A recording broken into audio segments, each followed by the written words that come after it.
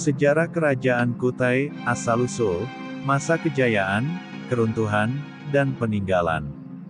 Kerajaan Kutai adalah salah satu kerajaan Hindu tertua yang pernah berdiri di wilayah Nusantara, tepatnya di wilayah Kalimantan Timur, Indonesia. Kerajaan ini memiliki sejarah panjang yang menggambarkan kejayaan dan peran pentingnya dalam perkembangan peradaban di Nusantara. Sejarah panjang Kerajaan Kutai diperkuat adanya 7 prasasti yang ditemukan. Sejarah Kerajaan Kutai. Kerajaan Kutai memiliki akar sejarah yang sangat tua, bahkan sebelum abad ke-4 Masehi. Pada abad ke-4 Masehi, Kerajaan Kutai dikenal sebagai salah satu kerajaan tertua di wilayah Kalimantan Timur. Menurut informasi yang didapat dari salah satu prasasti Kerajaan Kutai yang ditemukan, yakni Prasasti Yupa, menjelaskan bahwa Raja Kudungga yang dikenal sebagai pendiri Kerajaan Kutai adalah dirinya. Disebutkan juga bahwa Kudungga memiliki seorang anak laki-laki bernama Asmawarman yang kemudian memerintah sebagai raja kedua Kerajaan Kutai. Asmawarman mempunyai 3 putra, di antaranya adalah Mulawarman, yang akhirnya memegang tahta sebagai raja dan berhasil membawa Kerajaan Kutai mencapai puncak kejayaannya. Masa kejayaan Kerajaan Kutai. Pada masa pemerintahan Raja Mulawarman, Kerajaan Kutai mencapai puncak kejayaannya. Raja ini dikenal sebagai sosok yang baik hati dan kuat.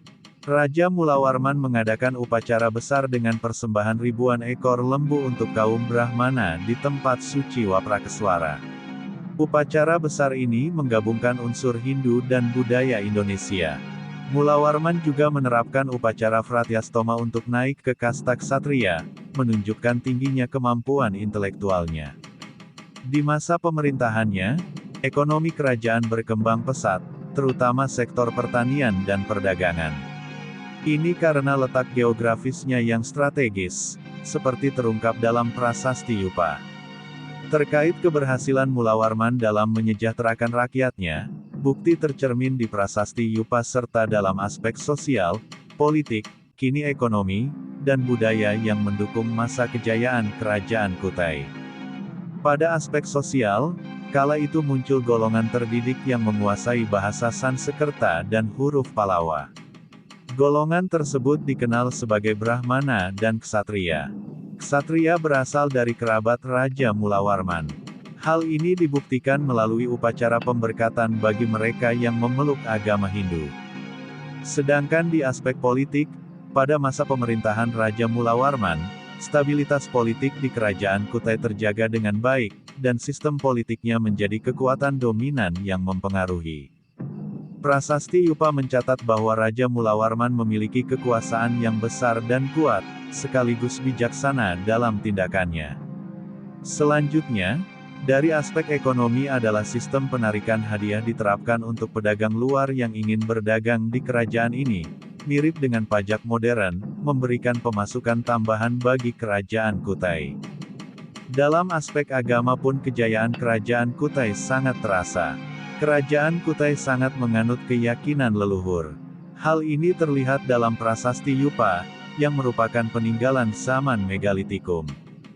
Di samping itu, terdapat punden berundak, menhir, dan tempat pemujaan bernama Waprakeswara. Raja Kutai menganut agama Hindu Siwa dengan pengaruh Brahmana, sementara rakyat memiliki kebebasan. Prasasti Yupa dan 6 prasasti lainnya adalah artefak bersejarah dari kerajaan kuno di Indonesia, berfungsi untuk memperkenalkan dan memiliki fungsi lain seperti tiang dan simbol kebesaran. Isi ke-7 prasasti Kerajaan Kutai yang diterjemahkan oleh para ahli telah diidentifikasi. Berikut informasinya. Berisi silsilah raja yang pernah menjadi pemimpin dan memerintah kerajaan dengan kekuasaan tertinggi di Kutai. Kudungga, ayah dari Aswawarman yang seperti dewa matahari menumbuhkan keluarga, memilih aliran Hindu. Namun, masa kejayaan Kutai era Mulawarman tidak berlangsung lama setelah kematiannya dan pergantian pemimpin yang berujung pada keruntuhan kerajaan tersebut. Keruntuhan Kerajaan Kutai. Seperti banyak kerajaan kuno lainnya, Kerajaan Kutai juga mengalami masa-masa sulit.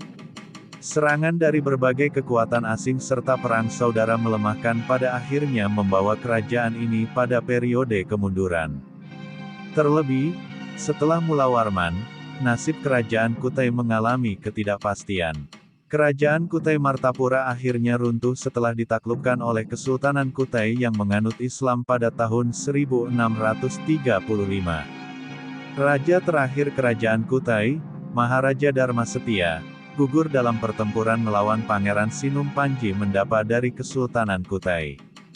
Sejak itu, wilayah kekuasaan kerajaan Kutai Martapura menjadi bagian dari wilayah kekuasaan Kesultanan Kutai Kartanegara. Meskipun demikian, sejarah Kutai juga mencatat periode rekonsiliasi, di mana masyarakatnya berhasil mendamaikan perbedaan dan membangun kembali kejayaan yang pernah dimilikinya. Peninggalan Kerajaan Kutai. Kerajaan Kutai dikenal dengan prasasti terkenal berupa 7 yupa. Prasasti tersebut berisi sejarah keluarga kerajaan dan ditulis dalam huruf Palawa berbahasa Sanskerta. Yupa berbentuk tugu setinggi 1 meter dan tertanam di tanah seperti tiang. Prasasti Yupa dan 6 prasasti lainnya adalah artefak bersejarah dari kerajaan kuno di Indonesia, berfungsi untuk memperkenalkan dan memiliki fungsi lain seperti tiang dan simbol kebesaran.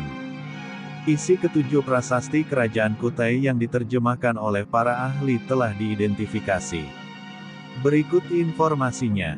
Berisi silsilah raja yang pernah menjadi pemimpin dan memerintah kerajaan dengan kekuasaan tertinggi di Kutai. Kudungga ayah dari Aswawarman yang seperti dewa matahari menumbuhkan keluarga. Aswawarman memiliki 3 putra, salah satunya Mulawarman, raja yang baik, kuat, dan kuasa.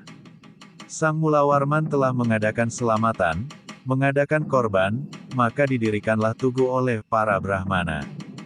Kerajaan Kutai terletak di wilayah yang sangat strategis, yakni pada hilir Sungai Mahakam yang dahulu disebut dengan Muara Kaman. Aswawarman disebut sebagai pendiri kerajaan, selain itu Aswawarman juga diberi gelar yakni Wangsakerta. Wilayah Kutai yang tertulis di dalam prasasti meliputi seluruh wilayah Kalimantan Timur dan sekitarnya.